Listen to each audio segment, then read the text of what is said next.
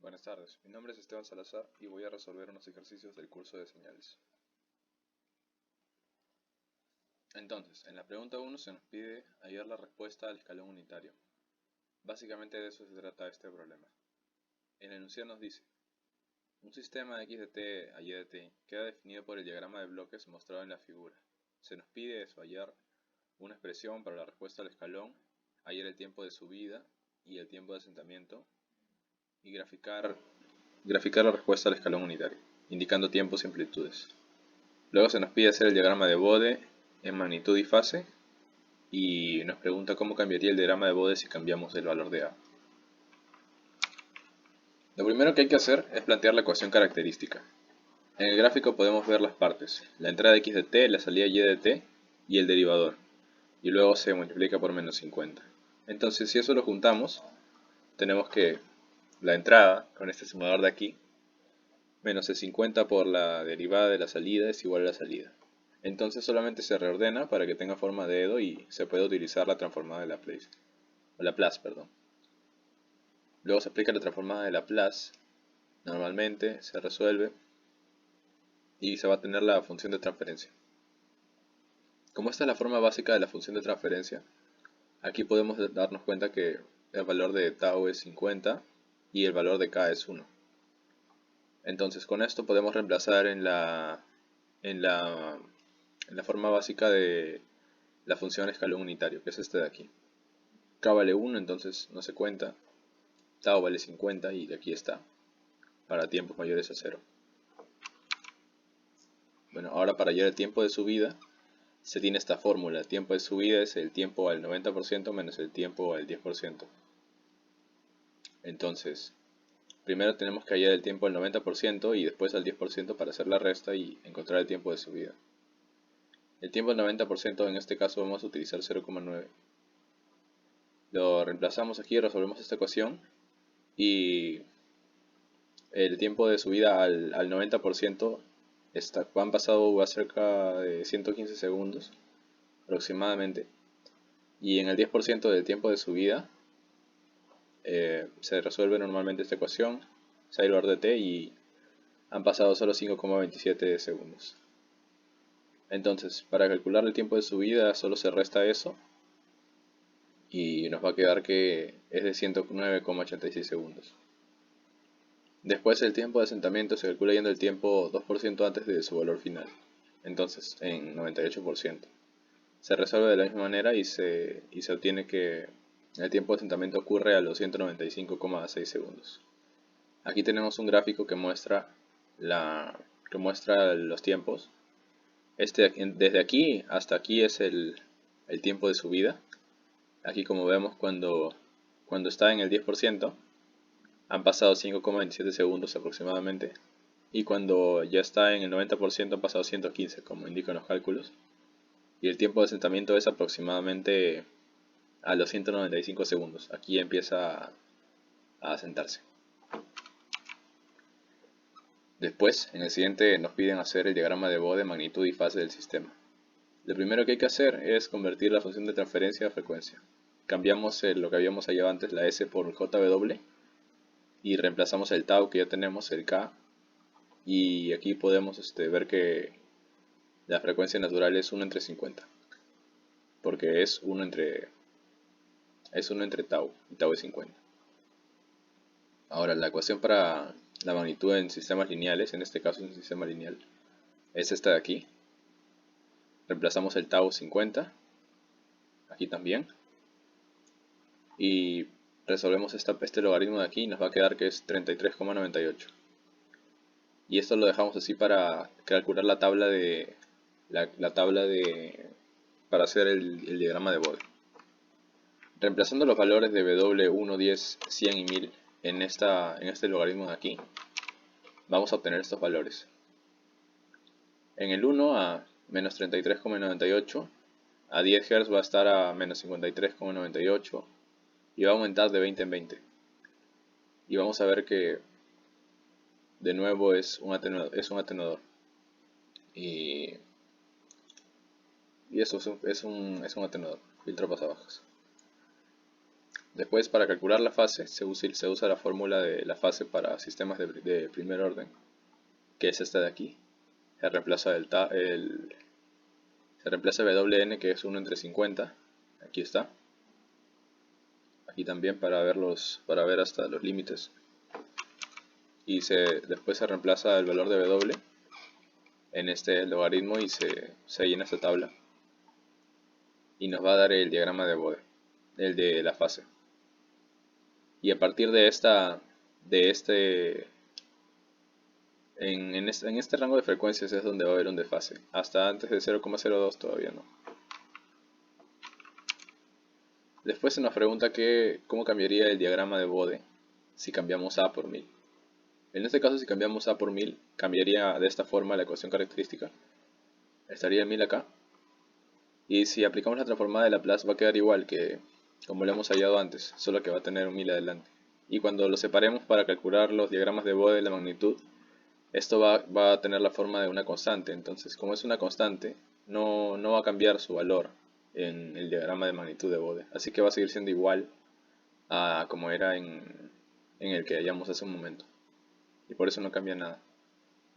Luego en la pregunta 2 nos presentan un sistema de un circuito RLC y nos piden hallar el diagrama de Bode de magnitud y de fase, además de los valores de la resistencia, la inductancia y el factor de calidad. Y un caso extra.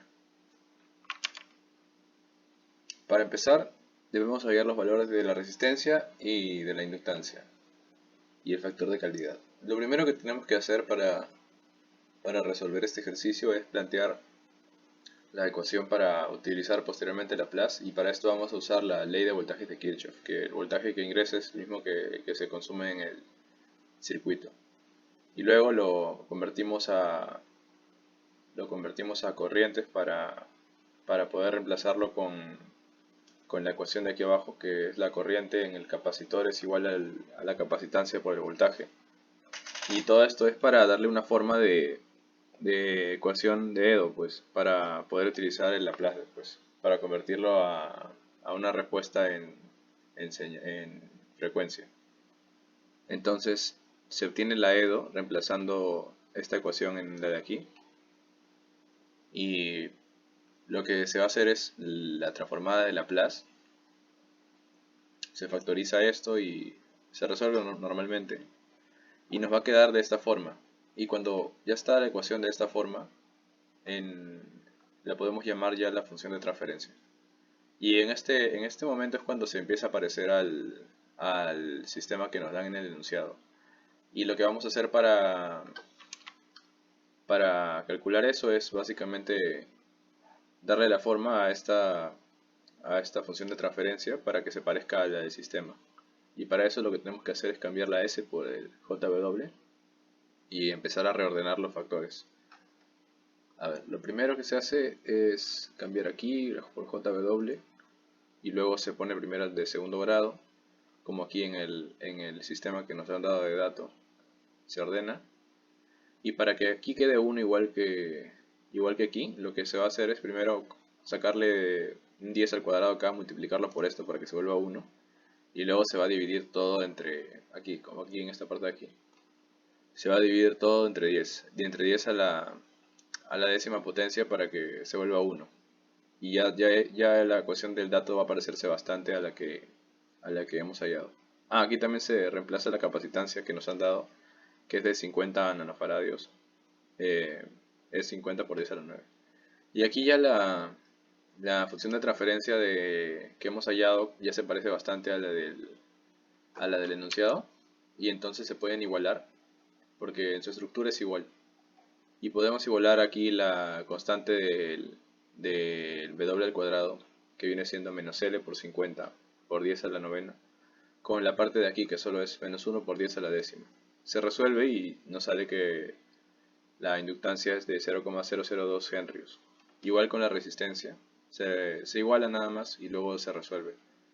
Aquí este 10 a la novena se reduce con el 50, perdón, y después el 5 con el 5 de aquí, después esto pasa dividiendo para allá y se vuelve 10 al cubo 1000 ohmios. Ahora, para hallar el diagrama de Bode magnitud, lo primero que hay que hacer es darle esta forma a la función de transferencia de nuestro sistema. Este es el ítem B. Lo primero que hay que hacer es reducir, darle esta forma. Se quita un 10 al cuadrado de aquí para eliminar este 0,01.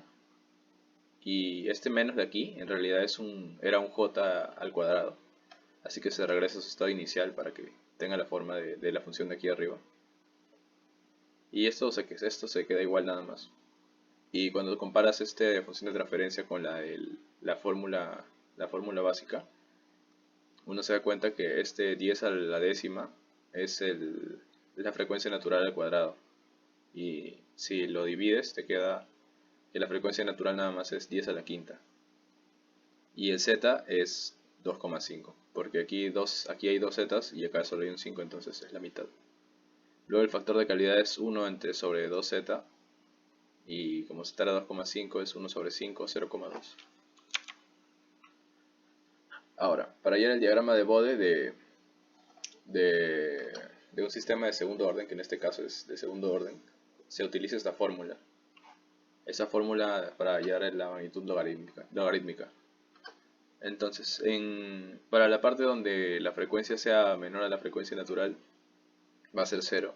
Y para cuando sea mayor, va a ser esta operación de aquí, este logaritmo. Entonces, en esta tabla vamos a reemplazar los datos para generar un diagrama. Como la frecuencia natural es 10 a la quinta, hasta aquí va a ser 0. Y más adelante va a ser 10 a la sexta. Este va a ser, ¿dónde está? Este va a ser 10 a la sexta y este 10 a la quinta. Y se van a restar y me va a quedar nada más menos 40. Y así va a ir aumentando. Este, como es 10 a la quinta, lo podemos operar. Logaritmo de 10 a la quinta es 5 por 40, 200, para dejarlo de esta forma. Y ya solo operar con esta tabla de la parte de aquí. Por ejemplo, en el caso donde sea 10 a la sexta, esto va a ser 6 por 40, que va a ser 240 negativo. Más el 200 va a ser 40, menos 40, perdón. Y va a ir aumentando en esa proporción. Y así es como podemos obtener el diagrama de Bode de la magnitud. Y como se puede ver, va hacia abajo, en decibeles, lo que quiere decir que lo atenúa la señal. Entonces, si lo atenúa, es un filtro pasabajas. Luego, para hallar el diagrama de Bode de la fase, lo primero que se hace es calcular la fase con la fórmula de la fase para sistemas de segundo orden. En este caso, cuando el W es menor a 0,1 de la frecuencia natural, vale 0, hasta aquí.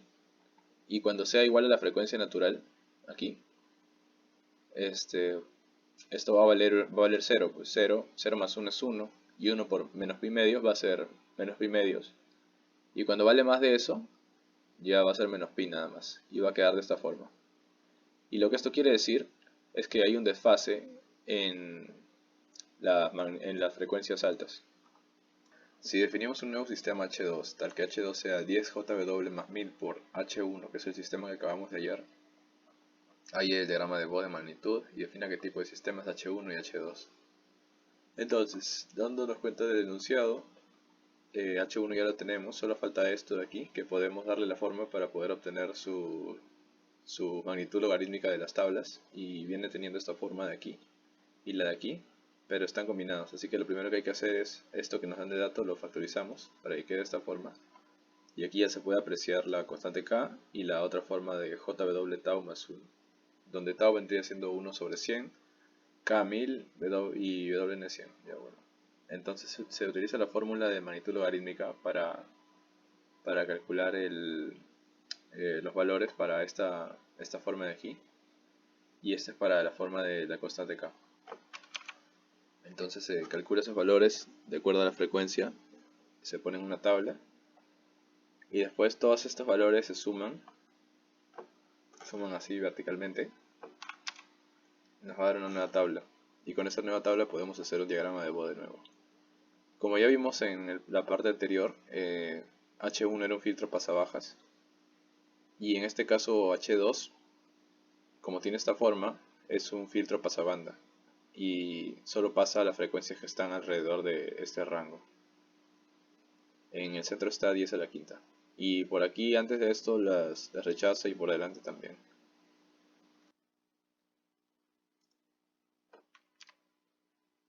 Pregunta Pregunta 3. Probabilidad. En este ejercicio lo que nos van a pedir es calcular la probabilidad de cierto evento y recalcular la probabilidad de cierto evento usando el teorema de Bayes. Voy a leer el ejercicio.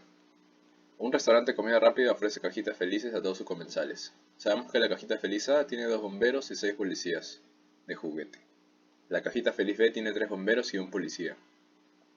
La cajita feliz A es ofrecida el 60% del tiempo y la cajita feliz B es ofrecida el 40% del tiempo. Un niño pide una cajita feliz, cuando se la traen el niño emocionado saca un juguete al azar de dicha cajita y nos piden determinar cuál es la probabilidad total de haber sacado un bombero. Entonces, para calcular la probabilidad de haber sacado un bombero, lo primero que hay que hacer es calcular la probabilidad de todos los escenarios donde podemos obtener un bombero. Empezaremos con la cajita A. En la caja A usamos la fórmula de la probabilidad. La probabilidad de obtener un bombero se va a llamar PA y vamos a calcularla con el número de bomberos en la caja entre el número total de juguetes. En esta caja, en la caja A, como el enunciado dice, hay 2 bomberos y 6 policías, en total 8 juguetes. 2 bomberos de 8 juguetes es una probabilidad de 0,25% o 0,25. Y luego vamos a calcular la probabilidad de obtener la cajita A. Entonces usamos la misma fórmula y llegamos a que la probabilidad, como nos dice el enunciado, es de 60%.